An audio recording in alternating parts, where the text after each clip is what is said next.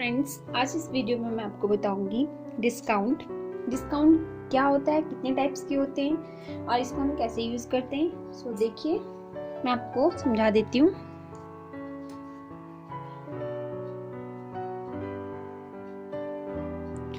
Discount, okay. तो देखिए, जो डिस्काउंट होते हैं वो 2 टाइप्स के होते हैं। एक हमारे पास होता है ट्रेड डिस्काउंट,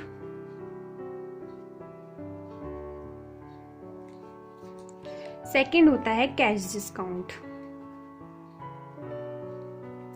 ओके।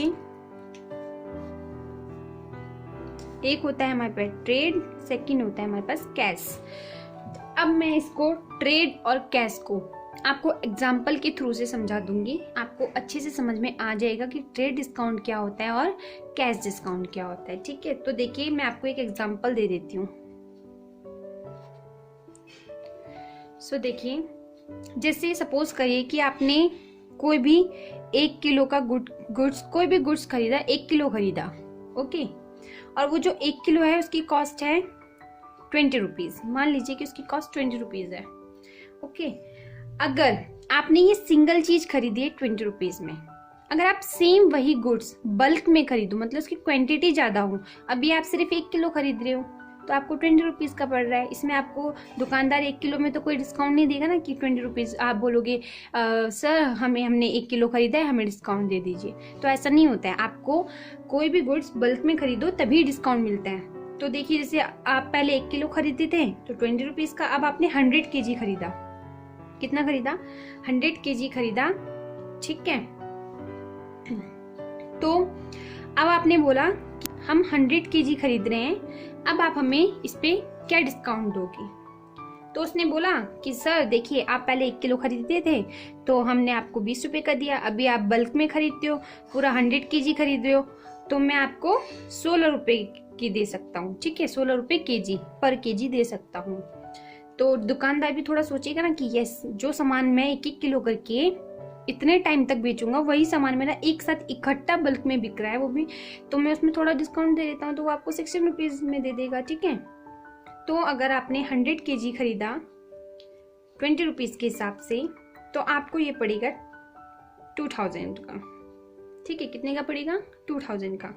अगर आपने 100 kg 16 रुपीज पर kg खरीदा तो आपको ये पड़ेगा 1600 में, ओके। तो इसमें आपका डिस्काउंट कितना हो गया? 400 का। कितना डिस्काउंट आ रहा है इसमें? 400 का। 2000 में से 1600 को माइनस करोगे तो 400 आएगा। बट आप याद रखिएगा कि अभी हमने कैश नहीं दिया है, अभी हम सिर्फ उससे बात कर रहे हैं कि अगर हम 100 kg खरीदेंगे तो आप कितने का लगाओगे। तो हमने उसको एज्यूम करके, इसकी कैलकुलेशन करके ये डिस्काउंट निकाला है। अभी हमने उसको पैसे नहीं दिए हैं, ठीक है। हमने अभी उसको पैसे नहीं दिए, पर हम उससे बात कर रहे हैं आप हमें कितना डिस्काउंट दोगे अगर हम इतना केजी खरीदेंगे तो, ठीक है। तो उसने बोला ठीक है, इतना इतना आप खरीदो तो हम इतना डिस्काउंट आपको दे देंगे। तो 400 का डिस्काउंट निकल रहा है। तो ये 400 क्या होगा? ट्रेड डिस्काउंट होगा। क्या होगा? Trade discount. हमने पैसे नहीं दिए, हमने सिर्फ बात की है अभी। तो देखिए, अब मैं आपको cash discount, trade discount, I hope कि आपको समझ में आ गया होगा कि ट्रेड डिस्काउंट क्या होता है।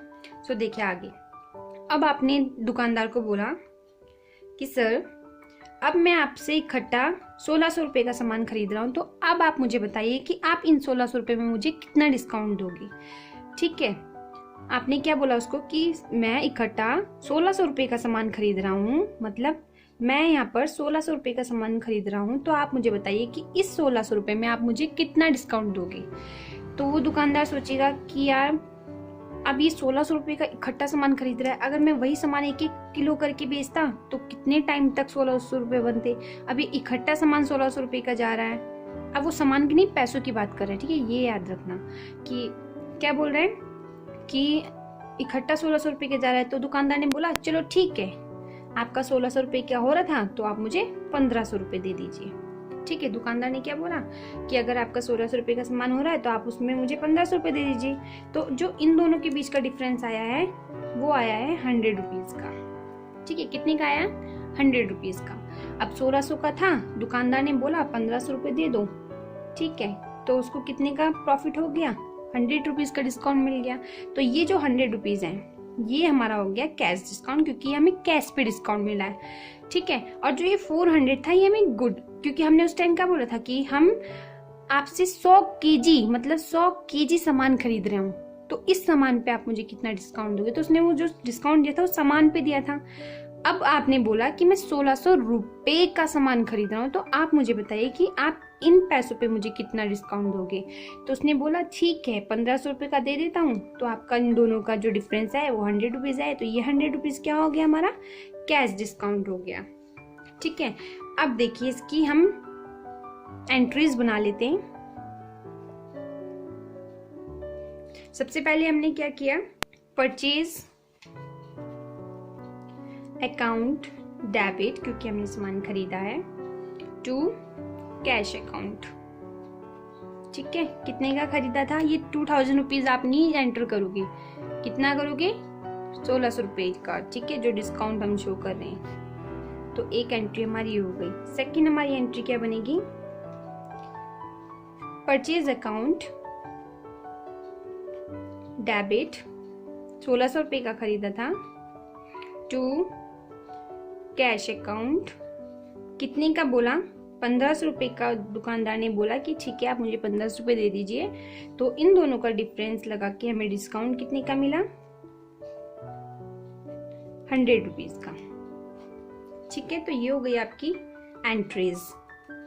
तो गाइज अब आपको इसकी डेफिनेशन, ट्रेड डिस्काउंट की डेफिनेशन क्या होती है, तो आप ट्रेड डिस्काउंट की डेफिनेशन सुन लीजिए।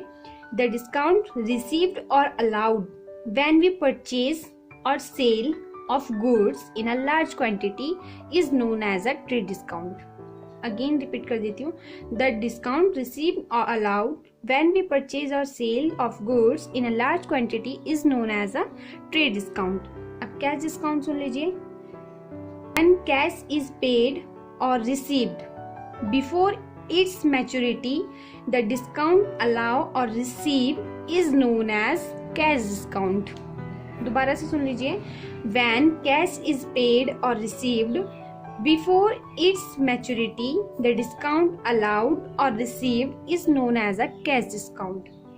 आई होप गाइज कि आपको ट्रेड डिस्काउंट और कैश डिस्काउंट समझ में आ गया होगा कि ट्रेड डिस्काउंट क्या होता है, कैश डिस्काउंट क्या होता है, और मैंने आपको इन दोनों की डेफिनेशंस भी बता दी हैं और इसकी एंट्रीज भी बता दी हैं। तो गाइज अगर आपको मेरी ये वीडियो अच्छी लगी है, आपको डिस्काउंट का टॉपिक समझ में आ गया है, तो प्लीज़ मेरे चैनल को सब्सक्राइब कीजिए ताकि आगे की वीडियोस भी आप तक पहुंच सके और आपको अच्छे से समझ में आ सकें, आप उसको देख सकें। तो उसके लिए आपको मेरा चैनल सब्सक्राइब करना पड़ेगा और मेरी वीडियो को एक लाइक ज़रूर करना अगर आपको ये वीडियो अच्छी लगी है, तो मुझे थोड़ा मोटिवेशन मिल जाएगा कि यस मेरी वीडियो किसी को समझ में आ रही है। Okay, so thank you guys मेरी वीडियो को देखने के लिए।